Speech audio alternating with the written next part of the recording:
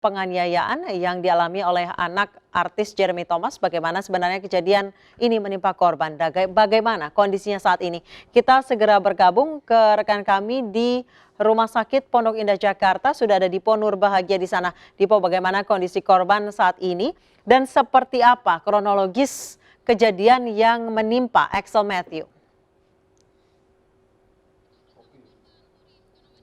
Oke, saya langsung bersama dengan Axel Matthew di sini. Halo, selamat malam Axel. Selamat malam. Bagaimana kondisi Anda saat ini, kondisi kesehatan Anda? Ya malam. Ini masih di ronsen kepala saya. Kebetulan ada benturan di belakang kepala saya. Lagi dicek ada pendarahan apa enggak. Terus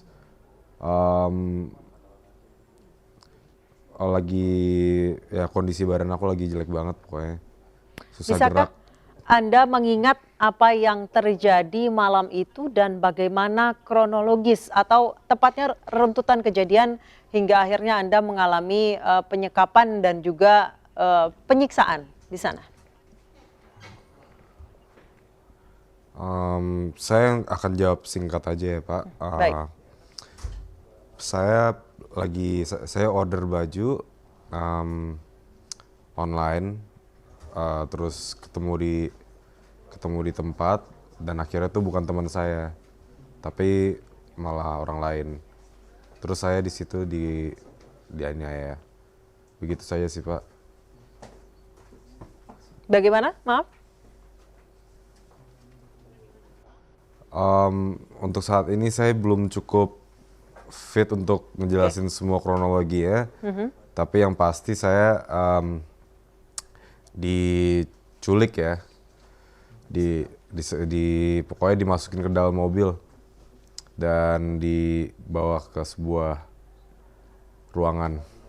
Oke, ruangan itu apakah di hotel yang disebutkan atau tempat Anda rencana bertemu dengan kawan Anda? Itu ada di hotel. Oke, apa yang ditanyakan? Iya, di hotel. Ya, sang interrogator kepada Anda. Apa yang ditanyakan kepada Anda? Maaf sekali yang ditanyakan.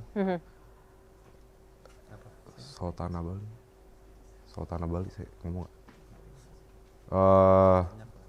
Banyak lah, salah satunya soal dituduh memakai, dituduh macam-macam, terus sama aset orang tua yang di Bali padahal nggak ada hubungannya sama saya. Pokoknya intinya saya kira saya dirampok, intinya gitu. Saya lempar HP-nya ke orangnya, terus saya melarikan diri dan malah saya diculik terus dibawa ke dalam mobil. Terus saya ditembak 4 kali. Untungnya saya lari ke pom bensin, maka dari itu mereka nggak bisa nembak lagi. Oke, ketika itu Anda mengira Anda dirampok, kemudian ayah Anda akhirnya melaporkan kepada Propam bahwa itu diduga dilakukan oleh oknum polisi. Apa yang kemudian keluarga berkesimpulan demikian? Iya. Ya, saya awalnya kan pertama kaget Pak. Saya kira itu perampokan dan ternyata polisi dan ya intinya saya masih kurang paham tentang kejadiannya. Yang tahu orang tua saya. Intinya saya datang ke situ cuma untuk ambil titipan baju dan ternyata saya dicekek dan digebukin. Pada saat dan Anda ditembak-tembakin pakai pistol. Pada saat Anda diinterogasi dan ditanyakan berbagai pertanyaan yang Anda tadi menyebutkan. Ya mereka. Ya. Mereka nanya ini saya dengar pokoknya aset-aset papa itu yang ditanya-tanyain awalnya dan direkam. yang di Bali, Paset papa yang di Bali. Kemudian? Malah bukan ada hubungannya. Kemudian disuruh ngaku memakai ini, memakai itu. Terus ya saya mau nggak pakai apa-apa ya, saya ngaku aja saya nggak pakai gitu. Pada saat Anda menolak untuk mengaku bahwa Anda menggunakan narkoba jenis tertentu, apakah kemudian itu yang membuat oknum ini memukul Anda atau menyiksa Anda? Saya dari sebelum dimasukin ke dalam ruangan itu, saya udah digebukin saya. Sebelum saya pas ketemu di tempat TKP itu, sebelum itu sudah digebukin saya. Tanpa alasan. Karena saya lari. Oke. Jadi pada saat Terus diseret gitu-gitu. Anda lari, sempat ditembaki sebanyak 4 kali? Dan mereka semua, iya, dan mereka semua lagi pada meminum alkohol ya, Pak. Oke. Jadi Dan ketika saya nyuruh dan ketika saya menyuruh mereka tes urin sama pihak kepolisian itu sama papa juga, merekanya nggak mau. Oke, jadi Polisi itu nggak mau tes urin. berapa orang yang menyiksa Anda saat itu dan mengejar Anda? 14. 14 orang. Dan Anda bisa Iya. mencium bau alkohol?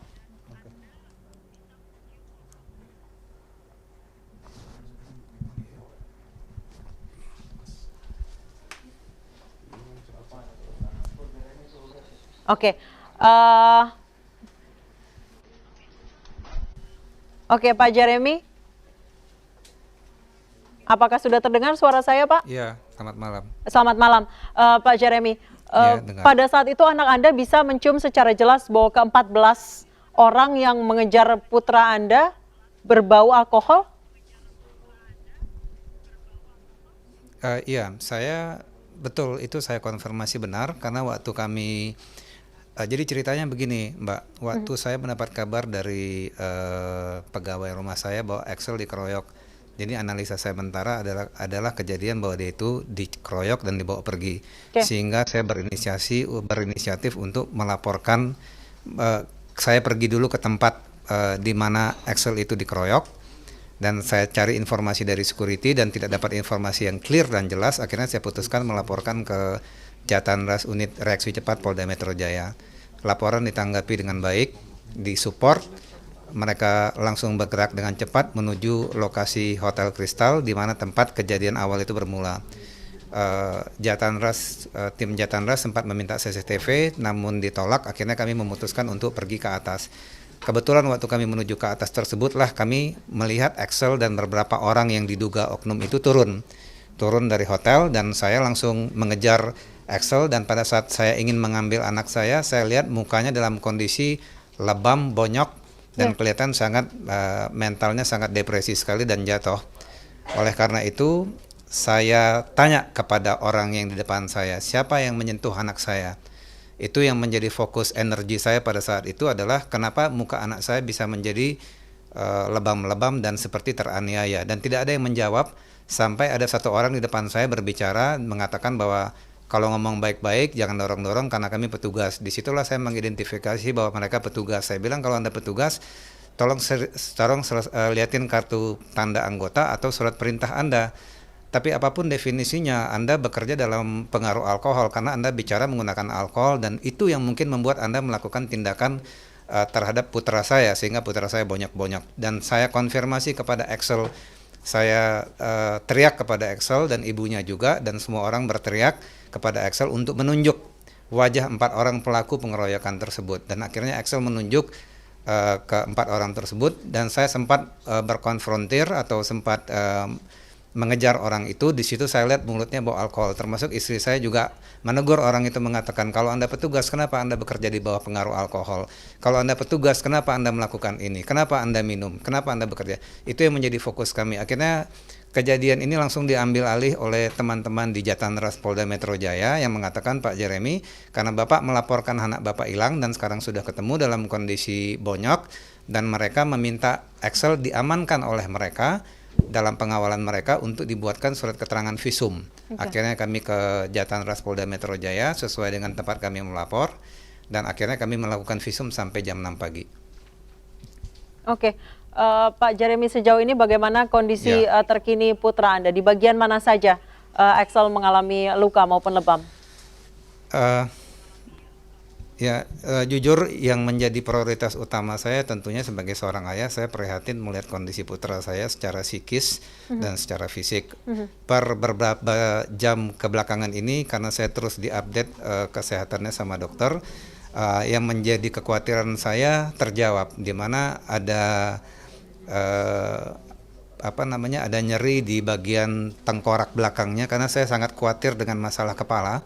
Bagi tangan lebam atau perut lebam atau yang saya masih oke, tapi pada saat saya melihat ada lebam di daerah belakang dan leher, saya berdiskusi cukup lama kepada dokter dan akan dilakukan assessment berikutnya yang lebih dalam, yaitu melihat apakah ada delay bleeding apa tidak, karena 1-2 hari itu belum ketahuan ada delay bleeding. Yang saya khawatirkan adalah ada benturan yang keras yang menyebabkan delay bleeding yang baru ketahuan di kemudian hari.